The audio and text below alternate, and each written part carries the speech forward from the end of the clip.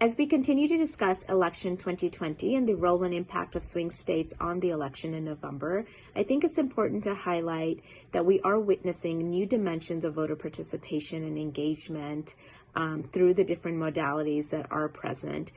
We are noticing that national surveys on swing states and polls are coming out each day with new data, new information. And although this participation is very encouraging, it can also be a little bit misleading. It can also cause voter fatigue as, information is being flooded into various streams and voters could potentially get confused.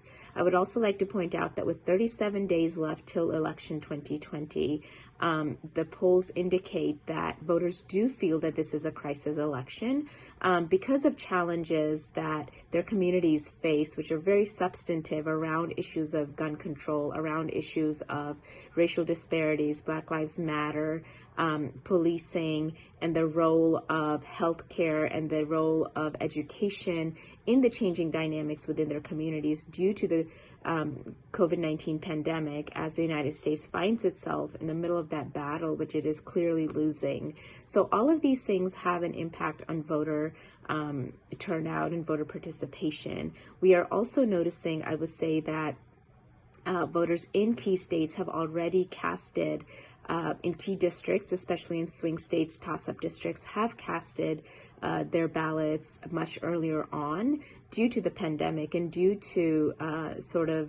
this idea, this notion that this is perhaps a crisis election within communities, as campaigns have been able to mobilize the Get Out to Vote effort. I would like to also highlight that in swing states, especially toss-up districts, whether campaigns are able to mobilize the invisible communities, the invisible voters, the immigrant voters, the minority communities, the small targeted communities, will determine essentially whether these districts are able to pull through or not.